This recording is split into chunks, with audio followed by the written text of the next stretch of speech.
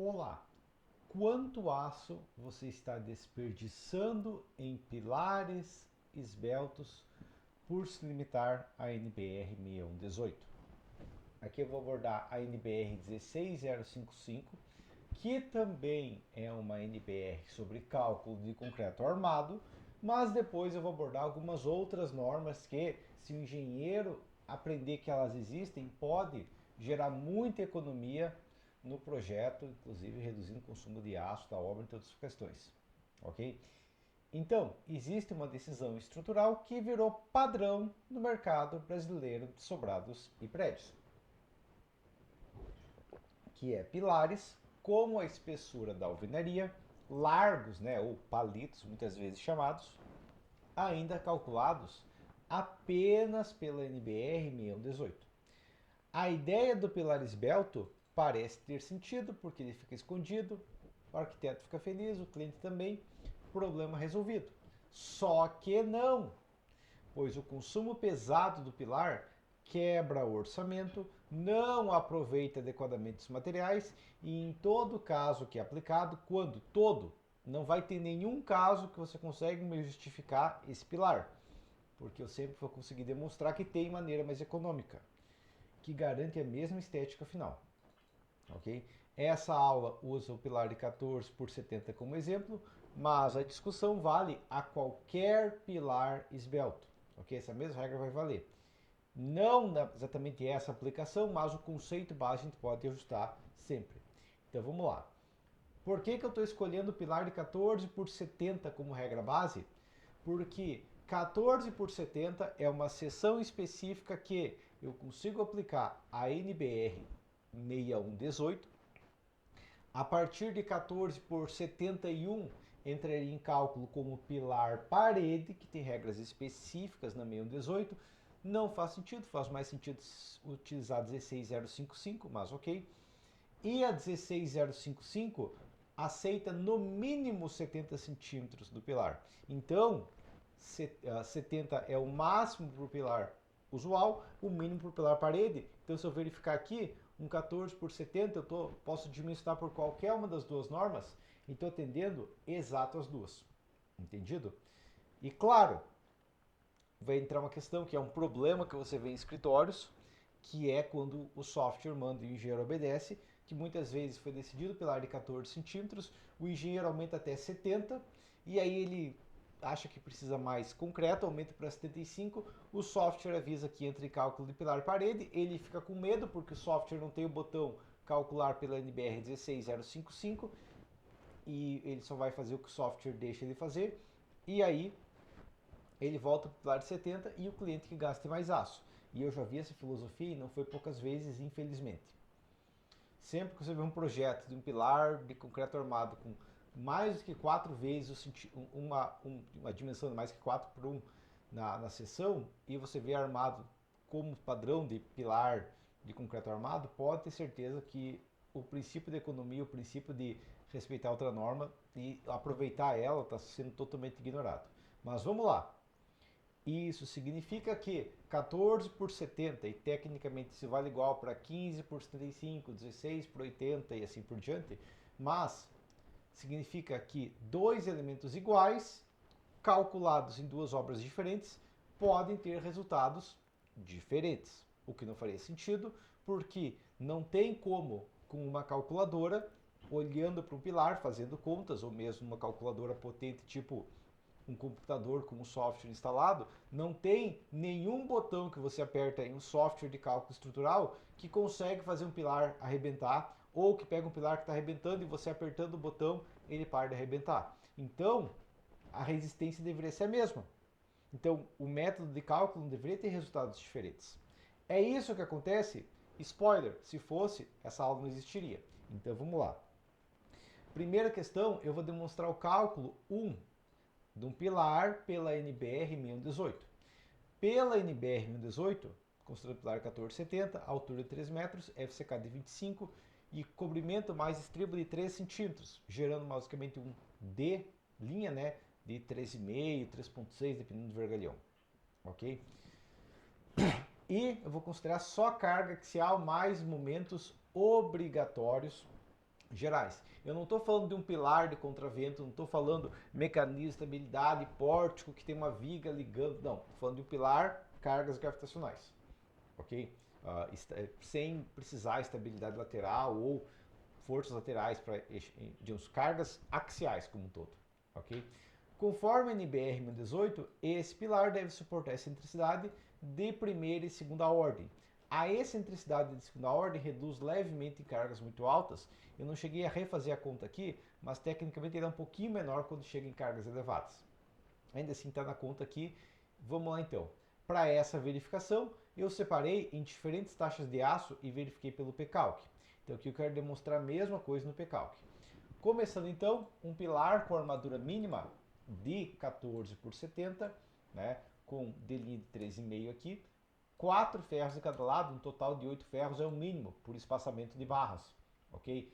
Pilar de 3 metros de altura, pilar com FCK de 25 MPa e peguei o coeficiente de segurança de 1.4 padrão de projeto, multipliquei por 1.25, porque pilar com menos de 19 eu tenho que aplicar esse coeficiente, e cheguei em 1.75. E aqui eu coloquei várias cargas para demonstrar. Mas, por exemplo, aqui, ó, esse pilar atende a combinação 1. Ele falha na combinação 2. Então ele atende uma carga, que eu coloquei só 0,001, porque senão ele não considera momento, mas 36 toneladas ele atende, 37 ele falha, ok? Então aqui foi 8 ferros e 10. Quando eu mudo, por exemplo, para 8 ferros 12,5, vai ter gente que vai pensar, nossa, aumenta para 12,5, aumentou o consumo de aço em 60%, vai ganhar uns 60% na resistência. E não, não vai. Ele atende a combinação 3, falha a combinação 4. Então, colocando 60% a mais de aço, eu vou de 36 para 39 toneladas. Eu não chego em 40 toneladas. Entendido? Por quê? Porque eu aumentei um pouquinho o aço, não aumentei mais concreto. Eu continuo com flexão pesada. Ok? Aí minha próxima questão. Já estou com o aço suportando compressão. Tá? Vamos para a próxima questão. Um pilar com 16 ferros e 12,5. Então aqui a taxa de aço é de 2%. 8 ferros de cada lado. Tá? E o que acontece? Ele atende a combinação 5, falha a combinação 6. Combinação 5 é 50 toneladas, combinação 6 51 toneladas. Então 50 toneladas máxima. Eu vou para 24 ferros, 12% de AS sobre AC, ok? E o que vai acontecer, que ele atende a combinação 6, aqui até a 7 ele falha minimamente, peraí, pode ser por causa do comprimento exato ali, 63 e 64, então aqui a mínima diferença, ok? Mas ok, então agora aqui ó, combinação 7 ele atende, combinação 8 ele falha. Então o limite dele é 63 toneladas-força. Ok? Então aqui nem 64, 63, mas tranquilo. E aí a próxima questão é, eu vou para 16 ferros, eu só tenho que ajustar aqui para 3,625, senão ele acha que é só 3,6. Ok? Mas com 32 ferros total, 16 de cada lado, tecnicamente passando mínima coisa do 4%, ainda assim ele falha para 79, mas atende para 78 toneladas-força. Para 78, acho que tem alguma diferença, 77, 78, pode ser alguma mínima diferença do comprimento aqui, ok, 77 toneladas-força, tranquilo, uma tonelada-força de diferença não é o crítico, entendeu? Mas entendido aqui, beleza. Então eu vejo esse comportamento, aqui ganhou 11, mais 13, mais 14 toneladas-força, conforme vai tendo uma carga muito pesada, ele realmente tem esse pequeno ganho por causa da redução da excentricidade de segunda ordem quando a carga é muito elevada, que é um critério específico da NBR. Só que eu tenho que colocar muito aço para compensar. Basicamente eu tenho essa curva, ok? Então beleza, eu vou pegar o nosso pente e eu vou jogar a curva aqui. Ok? Está aqui a nossa curva. Beleza. A NBR 16055 vai permitir taxa de aço muito inferior, certo? Mal bem, a NBR 16055 permite começar com a taxa de aço de 0,09%, sendo em alguns casos permitido até menos. Mas eu vou abordar basicamente isso, ok? E ela tem essa fórmula aqui a gente pode calcular manualmente como um todo, mas ela tem essa fórmula aqui. É mais complicado do que precisa? Sim, o pessoal que fez NBR 16055 deixou complexo de propósito aqui. Na planilha que eu monto, né, de parede de concreto eu demonstro como simplificar. Essa só está no curso de otimização estrutural, né? Até abordar uma coisa aqui. Tem muita gente que pergunta, Gilberto, por que você parou de fazer planilha? Eu não parei, eu só demonstrei no YouTube primeiro que eu sabia fazer elas e depois eu continuei fazendo nos cursos. Ok? Tem muitas planilhas novas nos cursos. Mas a questão é, vamos lá, tem essa fórmula aqui, ok? Aplicando a mesma equação base, colocando só uma malha central, que é 138, que pesa 6 quilos, tá? Lembrando que eu estou competindo contra o quê? 25, 33, 60, 88, 115 quilos por pilar. E aqui eu tenho 6, ok? Para esses dados, então, e que isso é quilo por metro quadrado, inclusive, mas ok. Então, eu apliquei todas as contas aqui, é só uma equação básica, seguindo NBR 16055, ok? Aplico a fórmula e eu chego nesses três valores. E dá uma coincidência no pilar de 14 centímetros, ou parede de 14 centímetros no caso, que a terceira equação vai ser redondo 1,00. Isso aqui é redondo mesmo, porque eu tenho FCK de 25, né? Eu divido por 1,4 e multiplico por 14. Então é como se fosse multiplicado por 10. E daí eu só multiplico por 0,4, ok? O que vai dar basicamente 1 tonelada força redonda, ok? Mas a questão é, os outros dois valores são similares, esse aqui é 1.026, esse é 1.324. O crítico é o que? Basicamente, em 70 centímetros, eu tenho um ND resistido de 70 toneladas-força e um NK de 50 toneladas-força. Perceba que o crítico foi 40% do FCD sozinho. E perceba que onde que está esse meu número? Bom, eu sei que minha linha vertical ela vai estar aqui no 0,10%, certo? Então eu sei que o meu ponto de momento, digamos, de resistência vai ser onde? Vai ser no 50 toneladas-força. Tá vendo aqui, ó? Então esse é meu ponto de resistência pela NBR 16055. Para chegar em 50 toneladas-força, eu teria uma taxa de aço de 2% no pilar. Ok? E a questão é, esse ponto aqui, ó, eu estou usando 40% da resistência do concreto. Só que você vai pensar, tá, é 40% porque tem os coeficientes de segurança embutidos? Não, isso já é com os coeficientes de segurança. Eu já estou dividindo por 1.4 concreto e eu já estou majorando as cargas em 1.4. Ok? Então, tecnicamente falando, na prática, se não fosse coeficiente de segurança, né, por como estou jogando 1.4 em cima de outro 1.4, na prática, o que eu estou usando mesmo é 20% da resistência, porque é 0,4 sobre 1.4 coeficiente de segurança sobre 1.4 resistência de concreto, 0,204, 0,20. Ok? Entendido isso aqui? Então, a questão é que o método de cálculo da NBR 16055, que aproveita 40% da resistência efetiva de cálculo, é mais eficiente do que o cálculo de pilar esbelto da NBR 1018. Ok? Então você tem que imaginar que eu estou falando assim: tem um cara com a perna quebrada, tá? Com os braços amarrados, vendado, tentando correr, e tem outro cara que está perdendo para ele. Esse outro cara é 1018. Ok? Entendido? Porque, mal ou bem, a NBR 16055 corta em 40% da resistência. Ok? Então a questão é, tá aqui meu ponto efetivo, em 50 toneladas, equivalente a 2%. E a questão é, quantos quilos de aço eu gasto? 6. Para chegar em 2%, quantos quilos de aço eu gasto?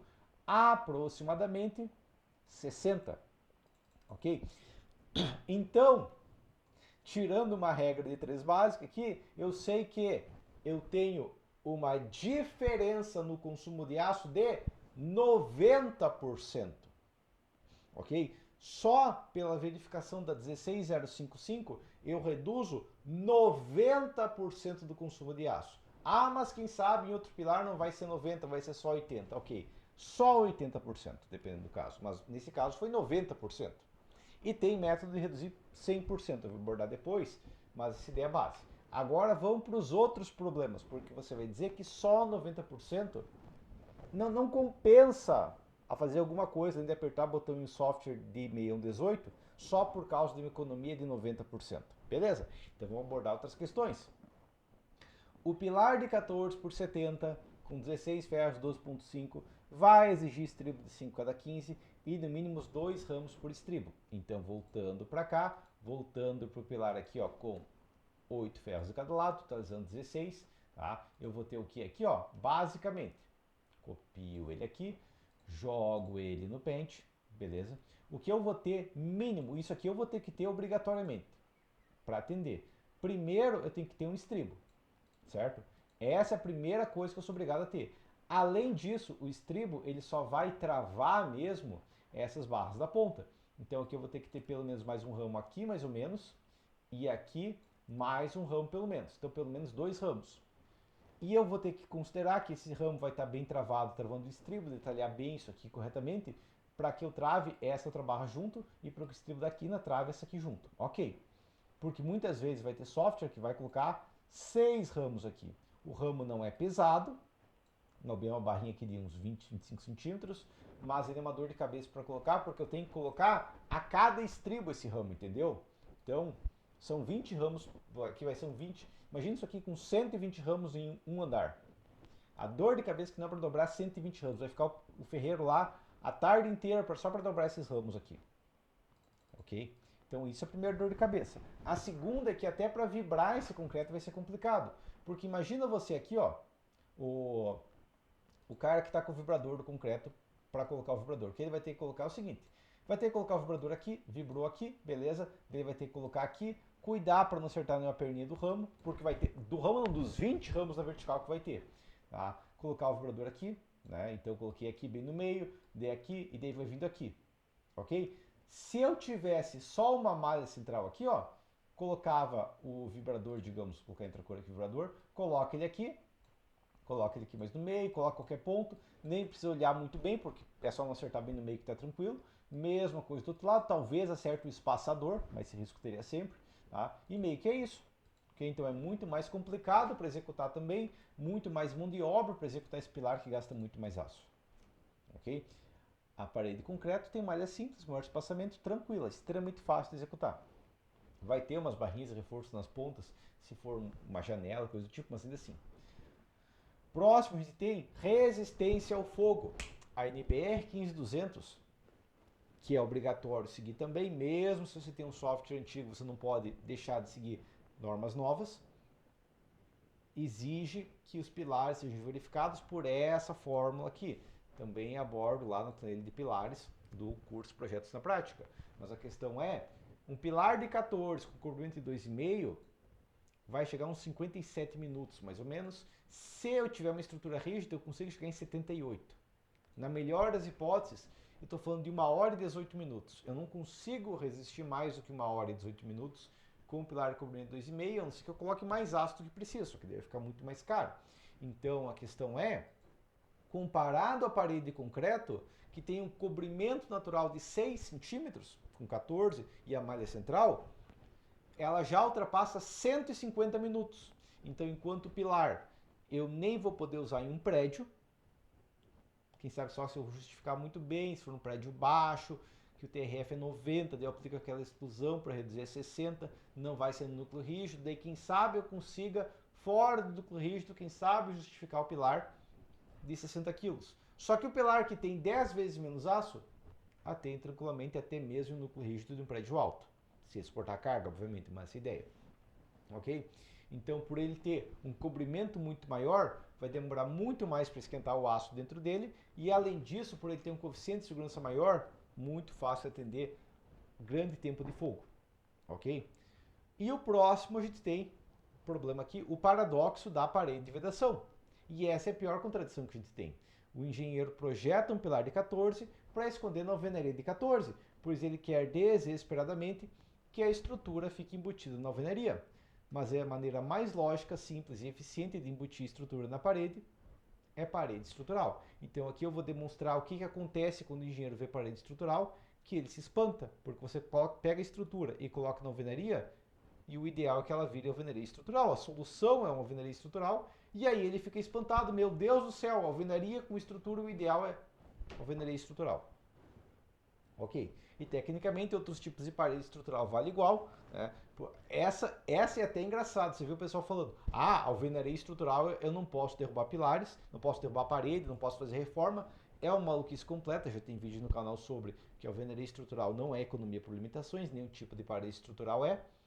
Mas daí o cara defende, ICF defende steel frame, que é o metálica leve, né, que é o, se fosse em inglês seria light steel frame, ou light wood frame se fosse madeira, mas a questão é, daí ele defende e esquece que todos esses outros sistemas, parede sanduíche, sistema monolite, que lá que é o isopor com argamassa rebocado, né, estrutural, né, que não é reboco, mas o pessoal acha que é, ou qualquer outro sistema de parede estrutural, segue as mesmas regras.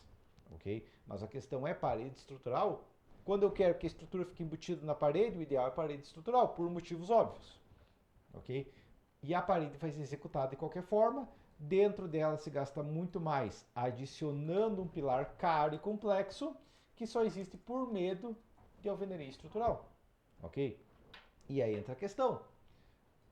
A alvenaria estrutural eliminando o aço completamente, tecnicamente, tá? Eliminando o aço ou o pilar, ou o aço e concreto completamente. Tá? Eliminando o aço e o concreto, tecnicamente a gente pode eliminando totalmente eles. Tá? Mas a analogia da 16055 é só para exemplificar que menos de 100 centímetros de parede pode suportar o mesmo que o pilar embutido nela. Só que não faz motivo comparado igual para igual. Porque na prática, quando você está embutindo um pilar dentro da alvenaria, você não está tirando a alvenaria como um todo. Você está tirando, quem sabe, pequena parte ali, mas você geralmente vê que você tem uma parede de 2 metros, 3 metros, 5 metros ali, e ali tem um pilar embutido. E muitas vezes tem nos dois eixos, dá 6, 7, 8, 10 metros de parede total por pilar. Então, o comparativo justo seria um pilar contra vários metros de parede. Ok? E aí, quando eu tenho vários metros de parede, eu posso usar um material mais leve, um material mais leve ou mais fraco, mas que ainda atende de maneira mais econômica, um material mais simples, menos nobre, se quiser chamar, tá? Mas a questão é, tijolo baiano de furos quadrados, de 14, eu consigo chegar em umas 2 toneladas por metro. Dimensionando como um todo, né?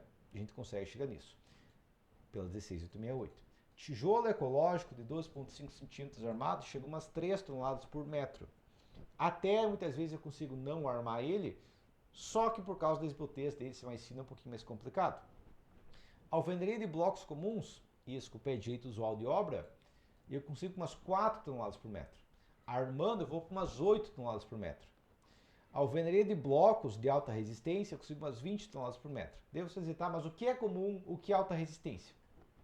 Isso são métricas base. Depois vai ter um engenheiro fazendo o projeto estrutural dessa obra que vai determinar exatamente o FPK necessário, quanto vai ser grauteado, esse armado, que vergalhão vai ser, qual é o espaçamento como um todo. É só para entender o conceito de que nível de carga a gente consegue chegar. Ok?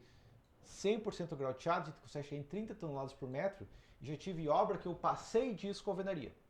Ok? Alvenaria mais forte ainda, passando de 30 toneladas por metro, é possível com o projeto bem alinhado.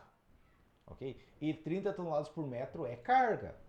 Foi um prédio de 8 pavimentos. Tá? E com vão grande, transição como um todo, complicação, e é possível. Ok? Quando eu vou para a parede concreta, a parede concreta de 10 é muito fraca porque ela é muito esbelta. Normativamente chegando só a 10 toneladas por metro. Eu vou para a parede de 12, eu vou para umas 50 toneladas por metro. Vou para a parede de 15, chega a umas 90 toneladas por metro. Eu ganho muito só por esse controle de esbeltez. Parede concreta de 20 centímetros ou mais, aí eu chego em 200 toneladas por metro e para cada centímetro a mais eu ganho 10 toneladas por metro. Isso, claro, já que você quer elevado como um todo. E aqui está o segredo, como que o Burj Khalifa, o prédio mais alto, pelo menos em 2026, do mundo, suporta tantos pavimentos? Porque a base deles são paredes de concreto de alta resistência, claro, não seguindo a 16055, mas ainda assim, paredes de 60 centímetros de largura, que, além disso, tem uma armadura maior do que o mínimo necessário, ok? Tem outro cálculo, tem ensaios como um todo, que tem uma carga muito acima de 600 toneladas por metro, mas que suportam, por quê? Porque a parede maciça é o sistema mais eficiente para suportar grandes cargas. Ok? E dentro da questão, um pilar de 14 por 70 poderia ser substituído tranquilamente por alguns metros de alvenaria de blocos armada. Ok? Então, esse pilar, se eu estivesse trabalhando com alvenaria de blocos armada, e daí você dizer, tá, mas o bloco de concreto não é muito eficiente por questão térmica, ok, trabalha com bloco cerâmico, e tem a vantagem do bloco cerâmico que não vai ter nenhuma parte da fachada que é concreto, porque quando você trabalha com bloco de concreto, aquela parte ainda é concreto, ok? Mas a questão é, e cargas menores, até uma alvenaria mais simples suportaria. Então, aqui eu peguei de uns 50 toneladas, mas imagina que eu tenho um pilar de 14 por 30 no limite ali, 2% de AS sobre esse ao invés de 14 por 70, seria umas 21 toneladas. 21 toneladas, posso colocar uma alvenaria armada menos de 3 metros já vai suportar, e vai ser uma armadura bem menor, vai ser tipo um ferro 12.5 cada 80 centímetros, seria uma base, tá? Mas muitas vezes vai ser uma questão diferente, ok? E uns 3 metros vão suportar com folga. Tá? E se fosse uma carga mais leve, até uma alvenaria não armada suportaria. E daí entra a questão, lembra que a parede de concreto tirou 90% do aço? Pois é. Se eu trabalhar com uma parede não armada, quanto de aço eu tenho? 100% a menos. Pois é, nada. Entendido? Então, tecnicamente, se eu trabalhar com um sistema tipo alvenaria de blocos comuns não armada, uma alvenaria de tijolo maciço, eu tenderia aqui também, ou qualquer outro tipo de alvenaria não armada, eu teria 0 kg de aço por metro quadrado, por pilar ou por peça. E daí, obviamente, a economia de aço foi de 100%. Ok? Mas, entre a questão, o argumento econômico é direto. A parede já existe. A diferença é ajustar minimamente ela, modificar o sistema muitas vezes, vai de um tijolo para um bloco cerâmico estrutural, tranquilo, ou se for uma casa térrea, até usar um próprio tijolo de furos quadrados bem planejado, atende tranquilamente, ok? E a parede já existe, a questão é aproveitar ela e ganhar muita resistência. De brinde, além de eliminar o pilar, uma parede estrutural pode eliminar a viga, porque mal bem, como ela tem uma grande largura, ela funciona como viga também. Entendido? E a questão é, próxima, rigidez e redundância. A NBR 16055 foi concebida para ser usada em um prédio de paredes estruturais. Apesar de que, tecnicamente falando, tem que ser sincero aqui, apesar de que ela não proíbe fazer uma parede de 14 por 70 em um prédio só com pilares e vigas. Não tem nada que proíbe dentro da NBR 16055. Só que ela não foi pensada para isso. Ok? Então a questão, você tecnicamente não está violando a NBR. Ok? Se você pegar um pilar e calcular assim, só que vai ter alguns problemas. Tá? Porque o objetivo aqui não foi ensinar um truque para tentar enganar a norma, enganar a física. Ok? Essa vantagem só existe mesmo, essa resistência só existe mesmo, uma obra que tem parede estrutural. Por quê? Porque aí eu tenho uma grande rigidez lateral, aí eu não preciso usar esse pilar de 14 por 70 para auxiliar na estabilidade lateral, nem absorver momentos pesados, nem gerar efeito de pórtico com viga, nem nada do tipo. Porque assim que você falar que quer usar um efeito de pórtico, assim que você falar que a viga tem uma deformação pesada e está nascendo no pilar, assim que você falar que o mecanismo de estabilidade lateral ao vento não está muito bem alinhado e o gama Z está extremamente controlado, corta essa chance de otimização, ok? Em um prédio de parede estrutural, a rigidez lateral já está no máximo. Afinal, seguindo aquela lógica base, que não a lógica que eu recomendo, não é o que eu ensino, mas é o padrão que você vê aí, né, em praticamente todo mundo que projeta pilar e viga, que é qual? Abre a planta baixa, encontra na planta baixa algumas partes das paredes que você vai transformar em pilar. Ok? Isso que a pessoa fala. Onde tem parede, você pensa, aqui eu vou colocar um pilar, aqui eu vou colocar um pilar, aqui eu vou colocar um pilar. E daí você vai ver que vai ter uma prancha, tinha um desenho de paredes, parte desse desenho de paredes criou uma rachura, ali é um pilar. Pois é, quando eu falo de parede estrutural, basicamente, onde tem pilar, onde tem parede, é um pilar. Porque é a parede que funciona como pilar. Entendido? Então eu não preciso escolher. Quem escolheu onde é o apoio base foi o arquiteto quando ele colocou uma parede ali. Eu posso sugerir alterações, posso fazer outras questões, posso escolher o tipo de parede, muitas vezes até adicionar elementos especiais, mas essa é a ideia base. Entendido? E como eu tenho uma grande rigidez lateral só por ter muito mais material suportando carga, né, 100% de onde tem parede é estrutural, uma peça de 14 por 70 não vai precisar auxiliar na estabilidade da obra, porque muitas vezes eu tenho uma parede reta, fechada, de 4 metros, 5 metros, 10 metros de comprimento. Já peguei obras pequenas que tinha paredes de 10 metros de comprimento, totalmente estrutural, que já fazia o gama Z virar 1,002, entendeu? Tranquilo. Se tiver múltiplas paredes, claro, né? Pois a rigidez dela, comparada a uma parede, é mínima. Pois é, porque a parede tem muito mais rigidez. Mas o mesmo elemento que eu tenho um pilar de 14 por 70 em uma obra que tem pilar de 30, de 40, de 50, e esse é o maior pilar da obra, aí a rigidez dele é o máximo que a obra tem. E daí, para funcionar, ele precisa uma grande resistência contra o vento. Tá? Quer ver uma regra que você pode, se você ouvir, você pode ter certeza que o engenheiro não tem noção de como dimensionar uma obra com vento, quando ele fala, eu desliguei o vento e reduzi o consumo de aço. Significa que a concepção dele é maluca e não ele ignorou totalmente na concepção a capacidade de suportar o vento. Pois é. Além disso, a outra questão é que obras em parede estrutural têm redundância, ou seja, apesar de todas as paredes terem a mesma espessura, muitas são menos carregadas, e se uma falhar, outras conseguem absorver os esforços. Entendido? Então, por consequência, esse método a gente vai aplicar em obras de parede estrutural. Ok? Que inclusive a gente pode aplicar usando a alvenaria, dimensionada como um todo, claro, igual sempre, tá?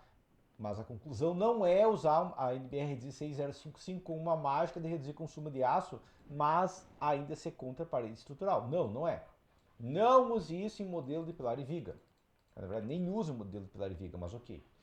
Entendido isso aqui? Beleza? Então, vamos aos contra-argumentos. Primeira coisa que vão dizer. Ah, você está ensinando que é só colocar uma tela soldada que tá bom. Não. O comportamento de 16055 só vai ocorrer se respeitado vários critérios específicos. Ok? Tem vários critérios como um todo para abordar aqui, né? Senão vai virar um curso aqui se eu for fazer todos aqui, mas a questão é, tecnicamente, se eu respeitar todos eles, aí sim vai funcionar. Mas assim que eu tiver qualquer excentricidade de carga ou força lateral, foge disso. Próximo, você vai dizer, tá, o objetivo do vídeo é aprender a 16055 se limitar a duas normas? Não! Ainda mais em obras pequenas, é muito mais interessante para o engenheiro aprender a usar a 16868 e a 15575, mesmo quando o software não dimensiona. Se o software não é o chefe do escritório, não tem problema, o engenheiro vai dimensionar por elas. Ok? E não se limitar a uma norma ou outra norma. Daí a próxima questão que vai ser dita é que pilar de 14 por 70 vai pegar carga pesada, por quê? Porque vai ter efeito de ventos consideráveis, efeitos de vento e pórtico, né? E pórtico com vigas consideráveis. Novamente não, por quê? Porque o que importa para quanto vai absorver de vento é a rigidez relativa ao global da obra. Quando eu tenho uma obra de parede estrutural, eu vou ter outros elementos com uma rigidez gigante e eu nem vou precisar considerar a estabilidade de um elemento de 14 por 70. Ok? É aquela questão. Depende do caso, você ainda está na primeira fase, então entenda que vai ter uma segunda se você se dedicar. Tá? Mas, por exemplo, quando eu era estudante de engenharia, que ganhava um salário mínimo, um salário e meio ali, dependendo do caso, no melhor mês, eu ganhava um salário e meio ali, trabalhando, fazendo hora extra e tudo mais. Se eu sobrasse, tipo, se eu tivesse 50 reais a mais no mês, fazia diferença, ok? Muitas vezes aqueles 50 reais a mais ia mudar a decisão do que eu ia fazer no fim de semana. Hoje em dia, 50 reais a mais para mim, ok, 50 reais, se eu ver no chão, eu junto para pegar, eu me abaixo para pegar, mas não é isso que vai fazer uma diferença na minha vida. Pois é, em uma obra que não tem rigidez nenhuma, ter um pilar de 14 por 70, eu tenho que aproveitar ele ao máximo. Agora, numa obra que eu já tenho pilar de 700 centímetros, que é a parede, 800, 1000 centímetros de comprimento, com uma rigidez absurda, um pilar de 14 por 70, ele ajuda ali um pouquinho necessário, mas não, ele não vai fazer diferença no global, entendeu? Ele não vai precisar pegar carga lateral. Tá? Em uma obra com quadro rígido 700, Mínima coisa. Pois é. Próxima questão que você vai dizer. Parede de concreto é muito complicada de executar em obras pequenas. E a resposta é não, porque a forma é a mesma do pilar.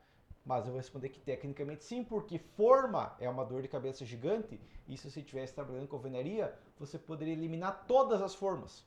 Então, a partir do momento que você é contra a forma da parede de concreto, você é contra a forma de qualquer outro elemento de concreto, porque pode ser usado da mesma forma. Geralmente tem aqueles conjuntos de formas que são muito eficientes para a parede de concreto, mas nada impede de fazer ela igual se faz forma de pilar. Ok? E claro, em obras pequenas, você trabalha com alvenaria tranquilamente, porque em obras pequenas você não vai ter 50 toneladas por metro. Você vai ter geralmente umas 2 toneladas por andar, às vezes menos, se bem planejado, ok? Então, tranquilo em resolver. Próxima questão que você vai dizer: ah, mas o arquitetônico que eu tenho é muito complexo para usar a parede estrutural. Primeira questão que eu vou te dizer é o quê? Complexidade é uma medida da capacidade do engenheiro. Vai ofender? Vai.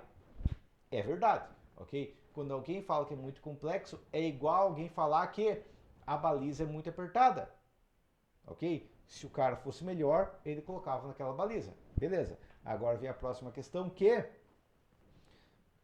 pode ser muito complexo para não usar nenhum pilar em uma viga. Pode ser muito complexo para se limitar a só a parede estrutural. Beleza, justificado. Mas enquanto houver um pilar embutido na alvenaria, não é muito complexo para usar pelo menos uma alvenaria participante e na prática uma alvenaria estrutural. E eu recomendo o vídeo Parede Estrutural, realmente economia por limitações, que eu fiz recentemente, tá? Mas é o mesmo princípio geral aqui, ok? Beleza, próxima questão que você vai dizer é que economiza no pilar. Como que fica na fundação e na laje no restante da obra? Vai ser mais econômico para a fundação, porque eu estou distribuindo melhor a carga antes de chegar na fundação. Então lembra que a fundação tem função de distribuir a carga pelo solo. Se eu entrego ela já distribuída, já está meio serviço andado. Pois é. E a laje, ela tem que chegar até o pilar, tendo mais pilar, porque a parede funciona como um mega pilar, é mais rápido de chegar. Então alivia a fundação, alivia a laje também, né? Mal ou bem, porque a parede funciona como uma viga ultra rígida também, ok? E daí vem a próxima questão. Ah, então você odeia pilares? Não, não é questão de time que eu estou torcendo, não é questão de opinião isso é questão técnica de números, ok? Pilar de verdade, robusto, longe de parede, são extremamente eficientes e econômicos, mesmo na verdade, principalmente para cargas elevadas. Perfeitos para isso, ok? Um pilar de 30 por 30, por exemplo, gasta menos aço, gasta menos concreto, gasta menos forma que um de 14 por 70. E é capaz de resistir muito mais do que 50 toneladas, da melhor hipótese de parede, ok? Mesmo com a armadura mínima, que ainda assim são 50 kg por metro cúbico. Mas a questão é, se você me falar, eu preciso suportar uma carga, não tem parede, eu não vou te recomendar colocar parede. A questão aqui é, tem a parede, só que o engenheiro se recusa a aproveitar ela. Aí não tem como ter eficiência, porque deu entre o problema que eu estou usando 20%, menos de 20% da resistência efetiva do concreto e do aço, 0% da resistência da parede, e aí o cara tem a cara de pau dizer que está economizando e que otimiza a estrutura. Pelo amor de Deus, ok? Então a questão é, se eu tenho um pilar de 30 por 30, eu aproveito ele muito bem. Aí, ó, só demonstrar aqui, ó, tá? Mas eu vou pegar um pilar aqui, ó, 30 por 30, certo?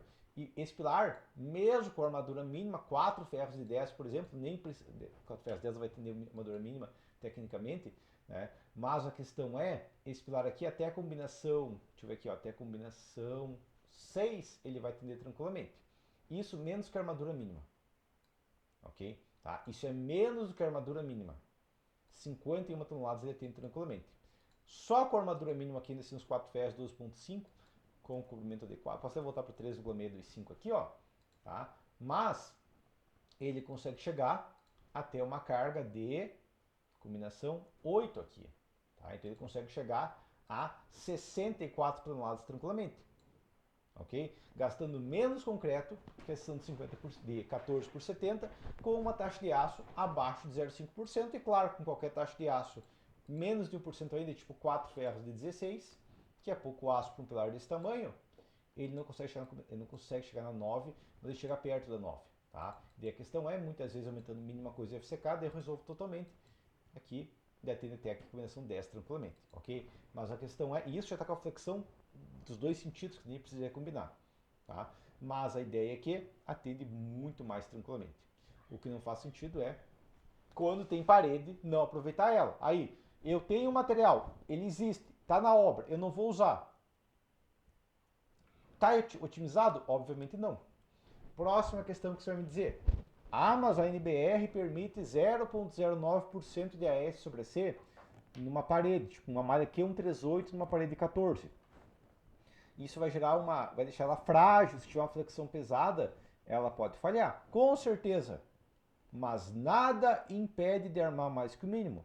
Nas quinas, aberturas e pontos críticos de estabilidade vão ter reforços, ok? Por exemplo, recentemente eu fiz um projeto de uma obra de parede estrutural, tinha andar de contenção, nesse andar de contenção ela não estava com a armadura mínima, ela estava com a armadura mínima nos outros pavimentos, os pontos mais carga mais baixo, tranquilo, onde tinha carga de contenção, ela tinha um reforço, ainda assim muito mais econômica que uma obra de pilar e viga, entendido? E você quer aprender a fazer isso do início, porque se essa aula levantou dúvidas sobre como tomar decisões críticas da obra, eu recomendo fortemente o meu curso Otimização Estrutural, que é o curso avançado Projetos na Prática, onde eu demonstro várias outras questões críticas, além de demonstrar projetos do início ao fim, inclusive demonstrando exemplos práticos de prédios. Ok? Essa aula eu estou fazendo, inclusive, porque já tem desde o ano passado uma aula sobre esse mesmo conceito lá no Otimização Estrutural. Um aluno meu recentemente fez ela e estava projetando um prédio, aplicando alguns outros conceitos também aqui, e entrou numa questão de ATP, e dentro da conversa com o engenheiro que está fazendo ATP, que não era meu aluno, eu abordei essa questão e eu resolvi fazer uma aula também aqui. Tá? Mas tem vários conceitos que estão lá há mais de ano, que eu não abordei aqui ainda.